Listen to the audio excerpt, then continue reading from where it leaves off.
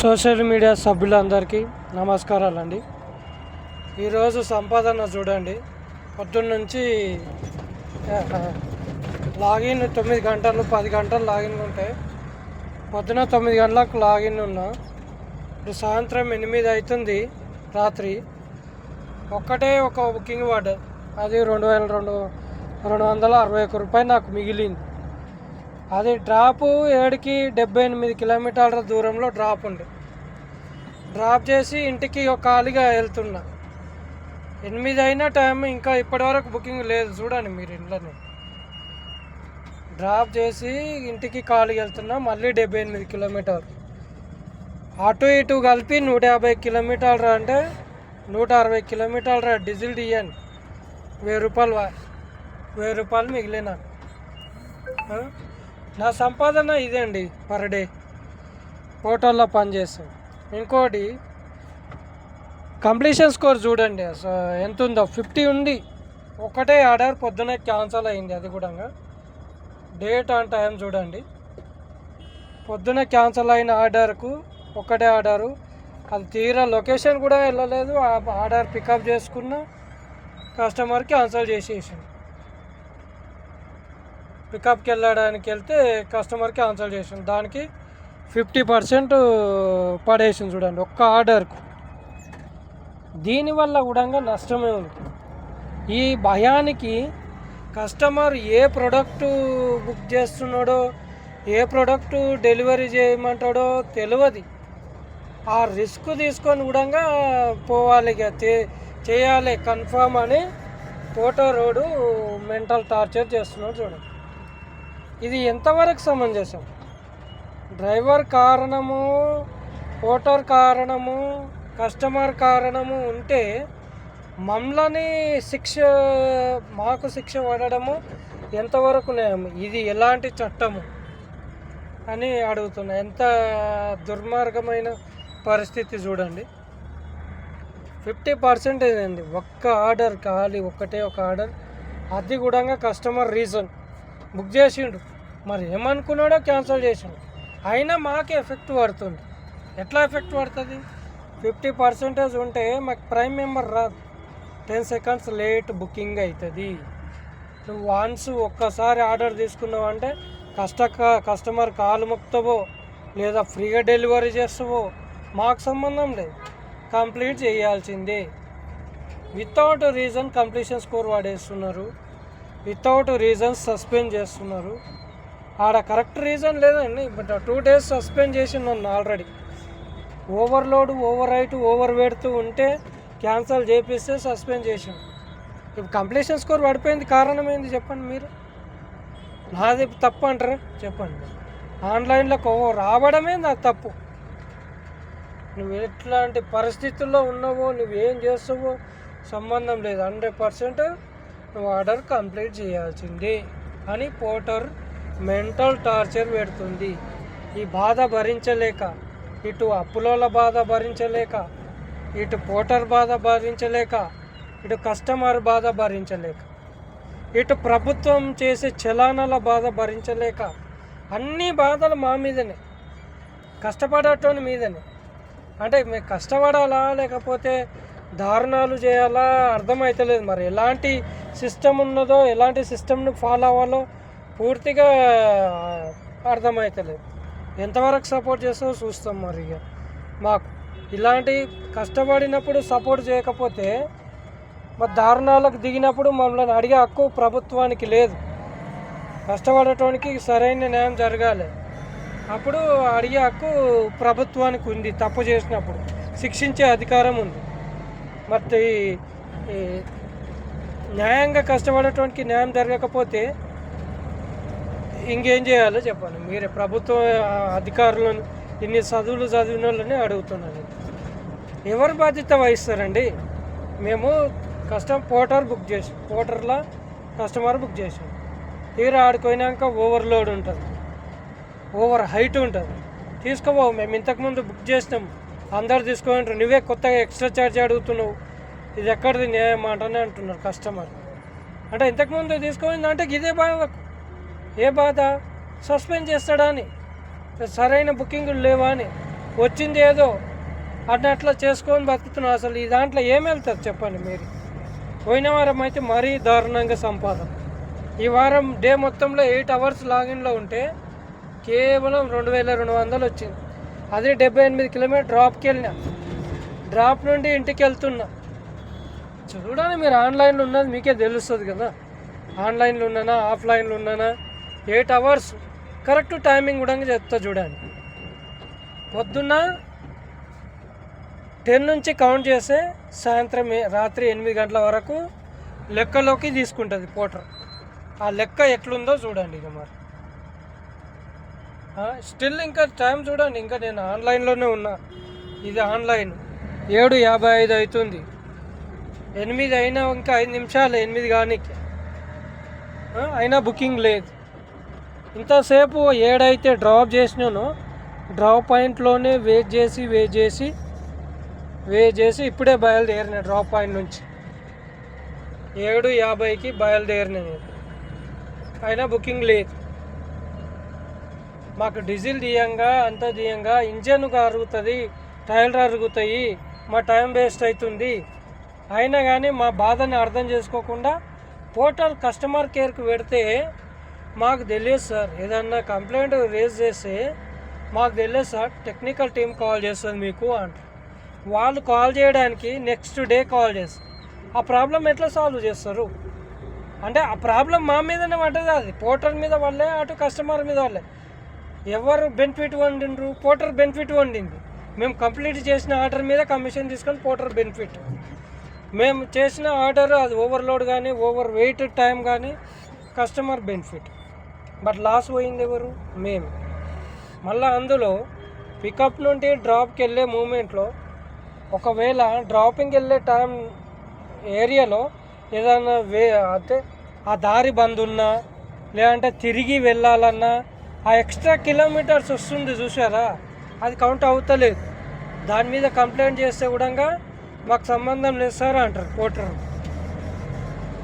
ఆ kilometre burden కూడా మా మీదనే పడుతుంది. ఇటు పోర్టరు బెనిఫిట్ పొందుతుంటే కమిషన్ తీసుకొని, కస్టమరు బెనిఫిట్ పొందుతున్న ప్రోడక్ట్ రీచ్ అయింది కాబట్టి.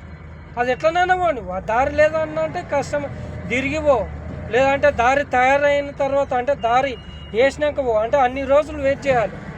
అన్ని రోజులు వెయిటింగ్ ఛార్జ్ కూడా ఇవ్వట్లేదు. ఒక్కోసారి అదానికి కూడా కాల్ పెడితే కస్టమరు 2 రోజుల తర్వాత కస్టమర్ సపోర్ట్ పోర్టర్ నుంచి వస్తుంది. అయినా కూడా ఏమంటుండంటే తిరిగిపోయినందుకు అది క్యాలిక్యులేట్ అవుతలేదు, మీరు కరెక్టే ఉంది సార్ అంటున్నారు. అది మరి ఎన్ని రోజులు జర్నీ చేయాలో నాకు అర్థం అవుతలేదు. 10 కిలోమీటర్లకు ఎన్ని గంటలు పోర్టర్ కేటాయిస్తుందో అర్థమవుతలేదు. సిటీలో ట్రాఫిక్ ఉంటుంది, అయినా లాస్లో నడిపిస్తున్నాం. ఆ టైం కూడా క్యాలిక్యులేట్ చేస్తలేదు పోర్టర్. వెయిటింగ్ టైం సరిగా క్యాలిక్యులేట్ చేస్తలేదు. మళ్ళీ తిరిగి ఎక్స్ట్రా కిలోమీటర్స్ క్యాలిక్యులేట్ చేస్తలేదు. మళ్ళీ ఇంకోటి ఏంటంటే బాధ్యత వహిస్తలేదు. అంటే ఇప్పుడు పోర్టర్ బాధ్యత తీసుకున్నప్పుడు ఆ ప్రోడక్ట్ పరంగా కేసు అయినా ఏదైనా పోర్టరే బాధ్యత వహించాలి. అది వహిస్తలేదు. మేము ఎందుకు వహించాలండి? మేము బతకడానికి వచ్చినాం, దేశాన్ని మోసం చేయడానికి కానీ ఇంకోటి చేయడానికి రాలేదు. రెక్కల కష్టం చేసి బతకడానికి వచ్చినాం. మేము ఎందుకు భరించాలి? మా ప్రోడక్ట్ అది. మా బాధ్యత ఏంటి? లోడ్ చేసిండు కస్టమరు, తీసుకొని పోయి డ్రాపింగ్ పాయింట్లో ఇవ్వాలి. ఆ మధ్యలో ఎలాంటి రిస్క్ వచ్చినా, ఎలాంటి అవరోధాలు వచ్చినా బాధ్యత వహించాల్సింది పోర్టరు మరియు కస్టమర్. వాళ్ళిద్దరూ సేఫ్లో ఉండి, సేఫ్ జోన్లో ఉండి ఆ శిక్షకు అర్హత మేమవుతున్నాం. మేము పోలీస్ శిక్ష కానీ లేదా యాక్సిడెంట్ శిక్ష కానీ ప్రతిదీ మేము బాధ్యత వహిస్తున్నామండి. ఇటు కస్టమర్ వహిస్తలేదు, పోర్టర్ వహిస్తలేదు. ఇంత రిస్క్ తీసుకొని మేము చేసే డ్యూటీ, మాకు మీ సర్వీస్ అవసరం లేదన్నట్ల నిర్లక్ష్యంగా పోర్టరు వ్యవహరిస్తుంది, ఇటు కస్టమర్ వ్యవహరిస్తున్నాడు. విన్నారు కదా ఇంతకుముందు. నేను వీడియోలలో వినండి, అన్ని వీడియోలు చూస్తే మీకే తెలుస్తుంది. ఒక కస్టమర్ ఏమంటున్నా అంటే డ్రాపింగ్ పాయింట్లోకి వెళ్తే ట్రిప్ ఎండ్ చేయమంటున్నాడు, అన్లోడ్ కాకుండా ముందే. ట్రిప్ ఎండ్ చేయండి సార్. ఇది ట్రిప్ ఎండ్ చేయడానికి వీలు లేదు, ఎందుకంటే వెయిటింగ్ టైం యాడ్ అవుతుంది. మీరు ఈరోజు ఇప్పుడే అన్లోడ్ చేపియండి, నేను ట్రిప్ ఎండ్ చేస్తుంటే కస్టమర్ ఏమంటున్నాడంటే ట్రిప్ ఎండ్ చేయాలి. నువ్వు మధ్యలో ఏమేమి తిరిగి వచ్చినావు, దానికి దీనికి సంబంధం ఏంటి? ఎక్కడెక్కడో తిరిగి వచ్చినావు అంటే నేను టైంపాస్ కోసం రాలేదు కదా. ఆన్లైన్లోకి వచ్చి బయటకు వచ్చింది, నా దగ్గర కోట్ల ఆస్తులు ఉండి నేను బయటికి రాలేదు. నేను ఇలాంటి ఫీల్డ్ ఎందుకు చేస్తాను? రూపాయి లేకనే నేను ఈ ఫీల్డ్ చేస్తాను. మా దగ్గర లేనందుకు ఎంత నిర్లక్ష్యం కస్టమర్ మాట్లాడే తీరు. ఇదా మాతో ట్రీట్ చేసేది? మేము మనుషులం కాదా? మా పైసలు కావా? అందుకే నన్ను ఇంత నిర్లక్ష్యంగా మాట్లాడిండు కాబట్టి తన దగ్గర ఎంత డబ్బు ఉందో చూడాలనుకుంటున్నా. తను ఎంత గట్టిగా మాట్లాడుతాడో, నా నష్టానికి పరిహారము కస్టమర్ భరించాలి, ఈ మాటలు మాట్లాడినందుకు పోటర్ భరించాలి. నేను చాలా లాస్ పోయినానండి పోర్టల్లో. వెహికల్ తీసుకున్నాక పర్ డే పర్ వీక్ ఆదాయాన్ని చూడండి, పర్ మంత్ ఆదాయం చూడండి. పోర్టల్లో జాయిన్ అయినప్పటి నుంచి నా ఐడిని చెక్ చేసి నా ఈఎంఐలు వెళ్తున్నాయా, నా మెయింటెనెన్స్ వెళ్తుందా, నా పిల్లల భవిష్యత్తును చూసుకుంటున్నానా, నా పిల్లల చదువులకు సరిపోతున్నాయా, నా ఆరోగ్యానికి సరిపోతున్నాయా, ఏమన్నా పైసలు వెనక్కేస్తున్నానా చెక్ చేసి ఎవ్రీథింగ్ ప్రతిదీ చెక్ చేసి ప్రభుత్వము నాకు సరైన న్యాయం చేయాలి, నాకు ఇన్ని రోజుల నష్టానికి సరైన ఆదాయం ఇవ్వాలని, సరైన సంపదను ఇవ్వాలని, సరైన న్యాయం జరిపించాలని కోరుకుంటున్నా. వేరే వాళ్ళు బుక్ చేసుకొని పోతున్నారంటే పోతారు, ఎందుకంటే వాళ్ళ భవిష్యత్తు కూడా ఇదే ఉందండి. వచ్చిన కాడికి అయితే మన వెళ్తున్నారు, నష్టపోతే మన కూడా వెళ్తున్నారు. ఆడ అది తెలుస్తున్నది వాళ్ళకి. తీరా పోలీసుడు పట్టుకొని 1000 రూపాయలు చలానేస్తే ఇటు కస్టమర్ కడతలేడు, అటు పోటర్ కడతలేడు. మధ్యలో ఎవరైతే బుక్ చేసుకొని తీసుకొని పోయినందుకు మేమా బాధ్యులం? మా మీద నా నష్టము. పోర్టల్లో సంపాదన ఎంత ఉంది? 700 బుకింగ్కు 3000 రూపాయల చలానేస్తే అందులో పోర్టర్ కమిషన్ 700 పోర్టర్ కమిషన్ తీసేస్తే 84 రూపాయలు తీసేస్తే 784 రూపీస్ తీసేస్తే 500 రూపాయల చిల్లర 500 చిల్లర ఉంటే మళ్ళీ మీదికెళ్ళి జేబులో నుంచి 500 వేసి పోలీస్ చలానా కట్టుకోవాలి. 1000 రూపాయలు చలానా పడతాం. మళ్ళీ పోయినందుకు డీజిల్ మన జేబును ఉంటాయి. ఎంత నష్టపోతున్నాం చూడండి మీరు. అప్పుల్లో పడకపోతే బయట పడతామా చెప్పండి, మీరే చెప్పండి. జేబు నుంచి డీజిల్ వేసుకోవాలి, జేబు నుంచి చలానా కట్టుకోవాలి, ఇటు కరెక్ట్ టైంకు డెలివరీ చేయాలి. అయినా మాకు వాల్యూ లేదు, ఇటు కస్టమర్ నుండి లేదు, పోర్టర్ నుండి లేదు. మేము ఎందుకు భరించాలండి ఈ నష్టానికి? ఇదంతా కారణానికి ఇవన్నీ భరిస్తూ కూడా మానసిక వేదనకు గురైతూ కూడా బతుకుదామని వస్తే పీక తింటున్నది. ప్రభుత్వ తరపున సపోర్ట్ లేనందుకు మాకు పోటరు ఇటు కస్టమర్ మమ్మల్ని పీక తింటున్నారు. అట్లా పీక తింటే మేము ఎందుకు ప్రభుత్వము మాకు న్యాయం చేస్తలేదు? మరి చెప్పండి. మేము మా నుండి ప్రభుత్వం ఎలాంటి సాయం పొందుతలేదా? మరి సాయం పొందకపోతే మా మీద ట్యాక్సులు తగ్గించండి. మేము కొనే వెహికల్ మీద కానీ, వస్తువుల మీద కానీ, ఏది కొన్నా కొన్నా దాని మీద ట్యాక్సులు ఉండరాదు, ఎలాంటి ట్యాక్స్ విధించరాదు మా మీద. అట్లాంటప్పుడే మేము లేమని గుర్తించాలి. మరి దేశంలో లేమని గుర్తించండి. మా మీద ఎలాంటి ట్యాక్స్ ఆదాయం మా నుండి వస్తలేదు, మా నుండి ఎలాంటి ట్యాక్స్ మేము ప్రభుత్వం తీసుకుంటలేదు అంటే మాకు న్యాయం జరపకుండా వదిలేయండి. మరి మా దగ్గర ట్యాక్సులు తీసుకోవద్దు. మేము చేసే పనిని కూడా మీరు అడిగే హక్కు లేదు, ప్రభుత్వం ప్రశ్నించే హక్కు లేదు. మరి మేము ఏ పని చేసినా అది న్యాయమా అన్యాయమా అనే పనులు చేస్తే కూడా అడిగే హక్కు మీరు కోల్పోయినట్లే. మీరే మీ అంతటా మీరే కోల్పోయినట్లు. అది అవునంటారా కాదంటారా? అంత నిర్లక్ష్యానికి పాల్పడితే ప్రభుత్వందే బాధ్యత. మరి ఇందులో తప్పుగా మాట్లాడుంటే క్షమించండి. బట్ మా యొక్క వేదనను అర్థం చేసుకొని మాకు సపోర్ట్ చేయండి. గవర్నమెంట్ పరంగా కానీ ప్రజల పరంగా కానీ పెద్ద అధికారులకు చేరే వరకు షేర్ చేయండి, లైక్ చేయండి. Thank you. అదేవిధంగా కొత్తగా వెబ్సైట్ ఉంది, అది సేమ్ ఫేస్బుక్, ఇన్స్టాగ్రాము, యూట్యూబ్ లాగా మీరు వీడియోలు అప్లోడ్ చేయొచ్చు, షేర్ చేయొచ్చు, గ్రూపులు తయారు చేసుకొని అందులో మీరు ఇన్ఫర్మేషన్ ఇవ్వచ్చు. అంటే గ్రూప్ కూడా చేసుకోవచ్చు. మీరు ఇన్ఫర్మేషన్ ఏదైనా షేర్ చేసుకోవచ్చు, అందులో అప్లోడ్ చేయొచ్చు. యూట్యూబ్ లాగా టర్మ్స్ అండ్ కండిషన్స్ ఏం లేవు, బట్ వర్తబుల్ వీడియోలు పెట్టుకోవచ్చు. మీరు ఫ్రెండ్స్ అండ్ ఫ్యామిలీలో కూడా ఈ వెబ్సైట్ని యూజ్ చేయమనండి. ఇది ఫ్రీనే, ఖర్చు ఏమి ఉండదు, ఫ్రీ వెబ్సైట్ అన్నట్లు. ఇది సేమ్ ఫేస్బుక్, యూట్యూబ్ లాగా వాటిని ఎలా సపోర్ట్ చేశారో దీన్ని కూడా అట్లా సపోర్ట్ చేయండి.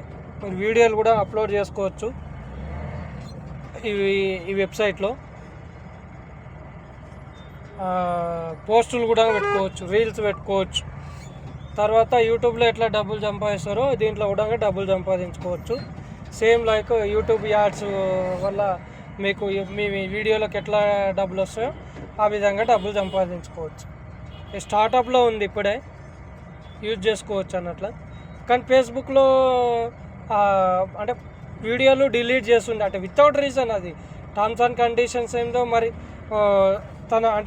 తన ప్రాబ్లమ్స్ని పెట్టుకుంటే కూడా వీడియోలో డిలీట్ చేయడం ఏందో, మరి అది కాపీ రైట్స్ పెట్టడం ఏందో నాకు అర్థమవుతలేదు. మరి సొంత వీడియోలు సొంత కాంటెంట్ పెట్టుకుంటే కాపీ రైట్స్ పెట్టడం ఏంది యూట్యూబ్లో కూడా, ఫేస్బుక్లో కూడా. అందుకే ఈ ఛానల్ ఇది క్రియేట్ చేయడం అయింది. యూజ్ చేసుకుంటా పోతారంగా మీకే తెలుస్తుంది. అది సేమ్ ఫేస్బుక్, యూట్యూబ్ తీయని అవసరం లేదు, సేమ్ అవిట్లాగానే ఉంటుంది. మరి థ్యాంక్ యూ.